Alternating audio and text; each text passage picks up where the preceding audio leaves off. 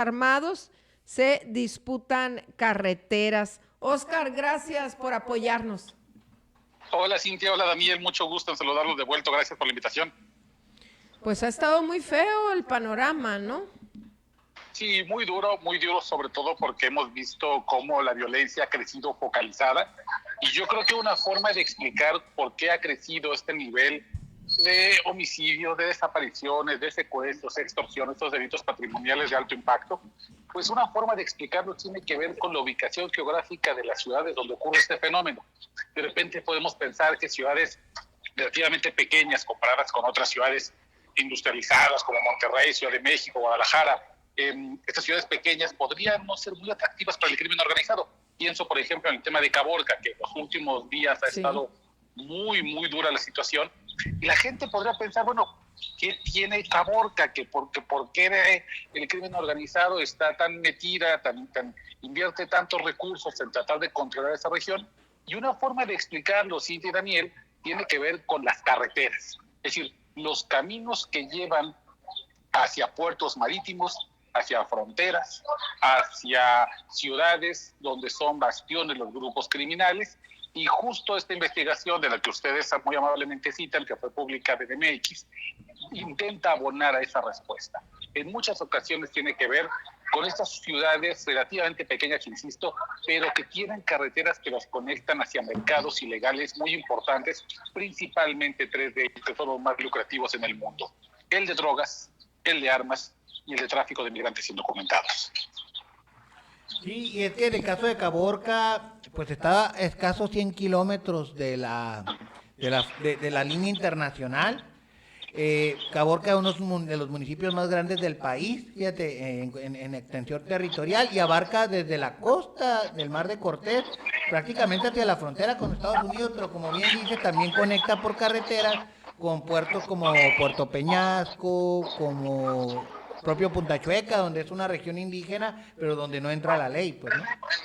Claro, por ejemplo, Caborca es la última gran ciudad para la conexión carretera con Altaz, por ejemplo, que es un lugar donde tradicionalmente bandas de coyotes y polleros se reúnen en la explanada para poder organizar los viajes hacia la frontera de Estados Unidos. También, por ejemplo, es la última ciudad que conecta vía carretera, por ejemplo, con el Sázabe, otro de los puntos de cruce más importantes que tiene este país, cruces evidentemente para migrantes indocumentados. Al sur tiene, por ejemplo, las carreteras que conectan con los puertos, con el puerto de Guaymas, que es el tercer puerto más importante donde llegan los precursores químicos desde Asia, con los que los narcotraficantes mexicanos generan metanfetaminas, fentanilo, estas drogas de altísima demanda en el mercado negro de Estados Unidos. Y al mismo tiempo, Caborca tiene una pujante actividad económica, tiene hoteles, moteles, restaurantes, casas de cambio, que son muy atractivas para el crimen organizado, porque todos esos negocios ilegales de los que hablamos se pagan en efectivo. Y ese dinero, para que pueda ser utilizado sin ser rastreado por las autoridades, tiene que ser lavado. Este lavado lo hacen metiéndolo dentro de actividades legales, empresas legalmente constituidas, y para eso necesitas una ciudad. No te sirve un pueblito pequeño, no te sirve un lugar desolado, necesitas lugares donde puedas con ese dinero sucio comprar una constructora, poner una automotriz, poner un autolavado, poner una serie de negocios que te ayuden a que ese dinero después termine blanqueado. Así que cuando la gente se pregunta por qué Caborca, de dónde viene esta violencia, pues como dicen los agentes de bienes raíces, la clave está en la ubicación y la ubicación. Oscar, y esto en Caborca pues no es nuevo, como tampoco es nuevo en todos los lugares de nuestro país, ¿no? Pero como que últimamente pues la violencia se ha intensificado muchísimo, ¿no? Bueno, tiene que ver justamente con este descuido de las carreteras. Lamentablemente la Guardia Nacional, que es el cuerpo de seguridad que este sexenio fue creado y que tiene a su mando en este momento la seguridad de las carreteras, lamentablemente, esto lo sabemos por reportes varios, han apostado a capacitar a militares en tareas de civiles. Y esta capacitación es al vapor, no suele ser muy profunda, deja que los elementos castrenses, que en realidad están entrenados para hacer tareas de seguridad interior, los pasan a seguridad pública, que es otro boleto completamente, y entonces se pierde esta rigurosidad de vigilar las carreteras. Y cuando esta rigurosidad se pierde, estas ciudades quedan a merced de estos grupos criminales que buscan controlar los caminos. Otra explicación, por ejemplo, para la violencia en Fresnillo o en Jerez, Zacatecas, donde hemos visto lamentablemente en los últimos días episodios de familias completas desplazadas por el crimen organizado, tiene que ver por el control carretero. Hay un control carretero que permite que Fresnillo sea una especie de punto nodal que lleve a los caminos, a las mercancías, a los grupos clandestinos hacia el norte, hacia San Luis Potosí, hacia Chihuahua, hacia Durango, y que además por su propia ubicación es también una vía de acceso hacia el Triángulo Dorado, esta zona montañosa en el país donde crece de manera silvestre la marihuana y la amapola, y que ha sido el asiento de muchos narcotraficantes, decididamente, por ejemplo, los capos más importantes del cártel del Pacífico. Así que volvemos al mismo tema. Detrás de este tema, detrás de esta violencia, una explicación son las carreteras, y esto solamente puede solucionarse si entonces se apresura y se hace un cerco sobre las carreteras de manera decidida, que pongan de vuelta a la gente más especialista en la seguridad de caminos para poder bajar estos niveles de criminalidad. Insisto, niveles de criminalidad que están representados en 3 delitos de alto impacto: homicidio, secuestro y extorsión.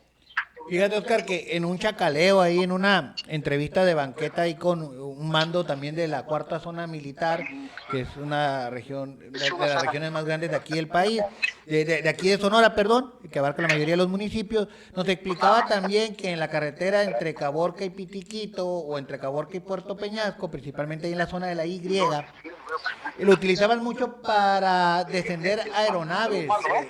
Tomaban la carretera, la cerraban el paso, los criminales por momentos, parando tráfico prácticamente, descendían las aeronaves y después continuaba el tránsito de manera normal sobre estas carreteras.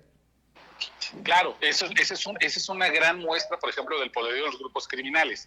Y ahora, para poder llegar a eso, necesitas tener ciudades o poblados grandes conectados por carreteras donde puedas llegar para hacer ese tipo de operaciones, que además son operaciones muy rápidas.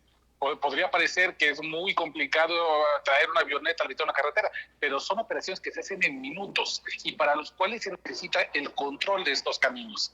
Es de Cintia y Daniel, que no sé si recuerdan que durante la administración de Donald Trump se planteó que tratar desde el extranjero a los cárteles de las drogas en México como grupos terroristas. Sí. Estaba toda esta discusión sobre si se debía hacer así.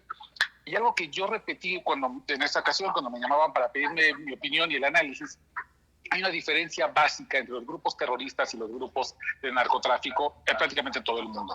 Mientras los grupos terroristas desean destruir al Estado, desean su aniquilación para poder instaurar su propia ideología, ya sea política o ya sea religiosa, como sucede con ISIS, por ejemplo, que intenta destruir a los gobiernos democráticamente electos, o como lo hemos visto con Al-Qaeda o estas como grupos terroristas los más conocidos en el mundo.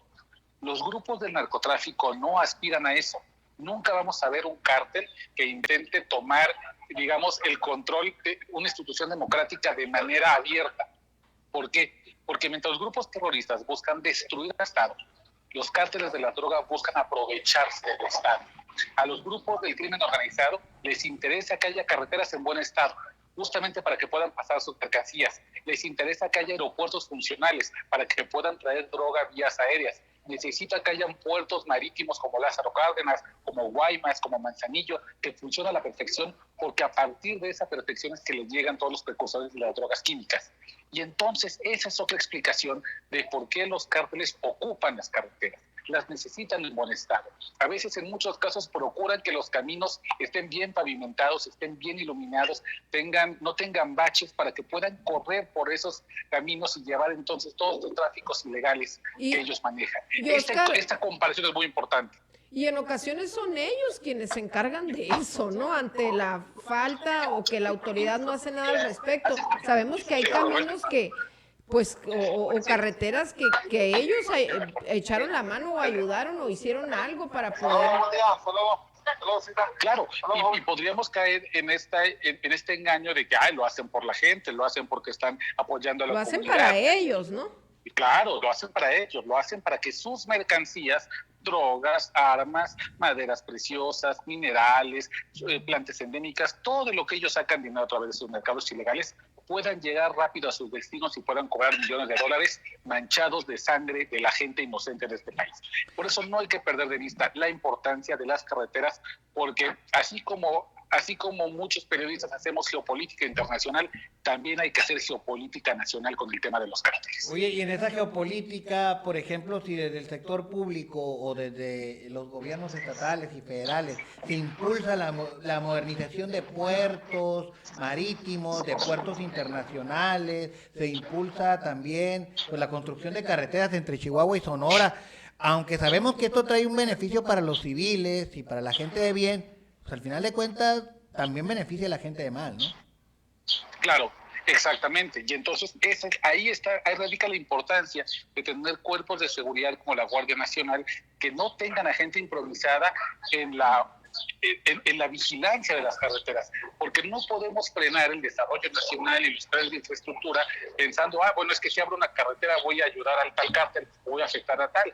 Tenemos que seguir desarrollando y avanzándonos como país, pero entonces hay ya estrategias internacionales que nos permiten entender cómo podemos proteger a los poblados que son atravesados por esas carreteras. Por ejemplo, arcos detectores de armas en entradas y en las casetas, entradas y salidas, vigilancia, una vigilancia bastante rígida en cuanto a la superación de límites de velocidad. Es decir, hay una serie de estrategias que los expertos ya conocen muy bien, pero que lamentablemente no se implementan. Y no se implementan porque no interesa. La decisión de capturar o desarticular a un grupo del crimen organizado no es nunca una decisión estratégica, siempre es una decisión política y lamentablemente económica. Muy bien. Pues ahí está, como siempre muy interesante pues tenerte por todo lo que le has dedicado el tiempo y tan especializado en estos temas. Oscar, ¿dónde te pueden leer, dónde te pueden seguir los comaleros y comaleras? Gracias, Cintia, gracias, Daniel. Si quieren continuar la conversación, en Twitter estoy como @OscarBalven y les agradezco mucho de vuelta la invitación, siempre a sus órdenes. Gracias, un fuerte abrazo. Hasta pronto.